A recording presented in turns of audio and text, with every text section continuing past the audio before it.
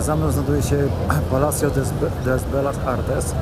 Jest to pałac zbudowany w latach od 1904 roku do lat 30. XX wieku. Jest to jeden z najdroższych, raczej najdroższy pałac zbudowany w Meksyku. Ze względu na to, że został zbudowany z granitu. Obecnie znajduje się tam m.in. mural Diego Riviery, który miał poglądy lewicowe. A także obiekt ten jest miejscem wielu różnych przedstawień, oper i tym podobnych wydarzeń.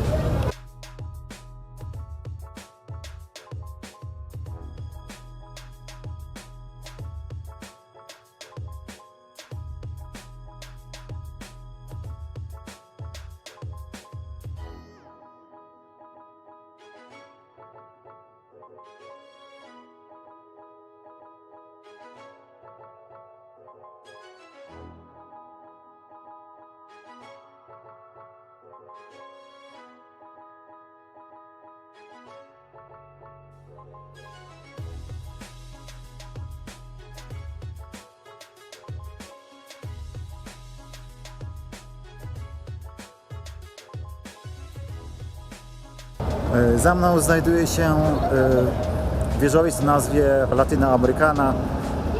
Jest to wieżowiec zbudowany w latach 50. i w ogóle psuje tutaj przestrzeń takiego miasta historycznego, aczkolwiek jest stamtąd przepiękny widok na całe miasto. W sumie przepiękny. Ogólnie jest widok na całe miasto.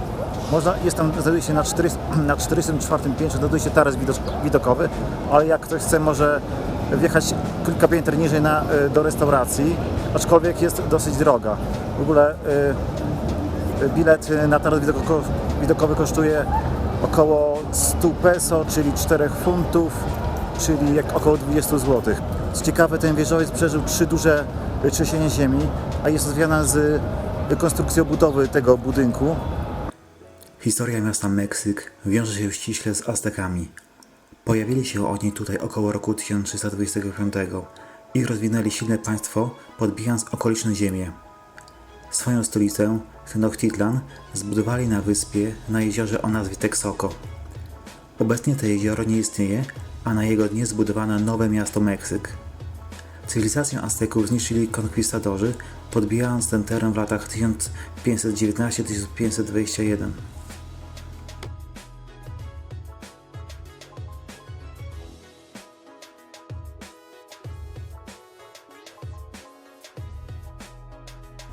Jeszcze 20 lat temu Meksyk był uważany za największe miasto na świecie. Obecnie zalicza się to miasto do 10 największych na świecie. Aglomeracja Meksyku liczy około 23 milionów mieszkańców.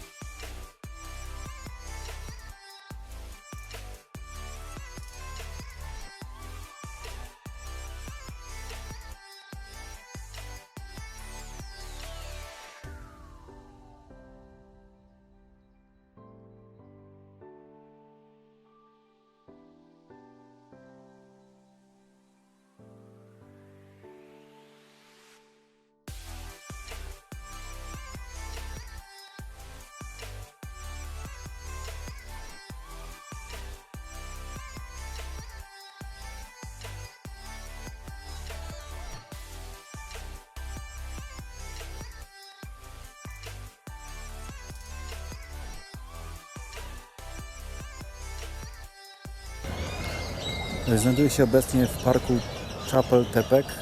Nie wiem dokładnie, jak to się wymawia. Jest to park znajdujący się w miarę w centrum miasta i można tutaj zwiedzić zamek, w którym między innymi zamieszkiwali Carlota i Maksymilian. Były to osoby, które zostały wprowadzone na tron przez Francuzów. Carlota była księżniczką belgijską, natomiast Maksymilian był bratem cesarza Austrii Franciszka Józefa. Miało to miejsce w połowie XIX wieku, bodajże zaczęło się w roku 1862. Skończyło się to tak, że Maksymilian został zabity. No w ogóle Meksyk właśnie w połowie XIX wieku został podbity częściowo przez Francję.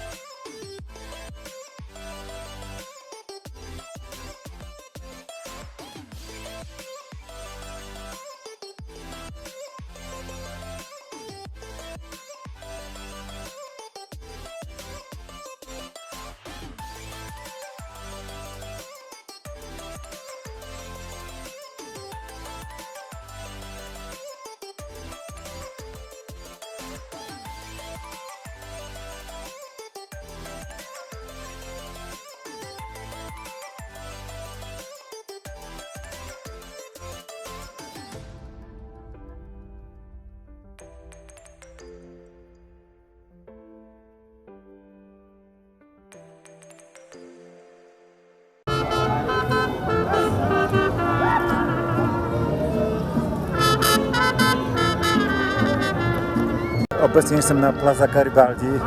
Jest to miejsce, gdzie swoje pieśni wykonuje wielu mariachi. Można ich rozpoznać po charakterystycznych czarnych uniformach.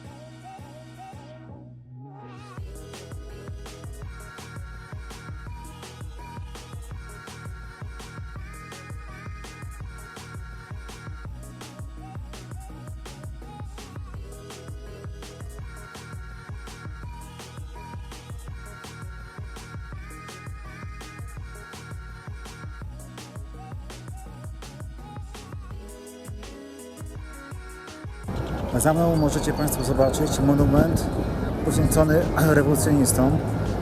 rewolucjonistom, którzy brali udział w rewolucji meksykańskiej w roku 1910.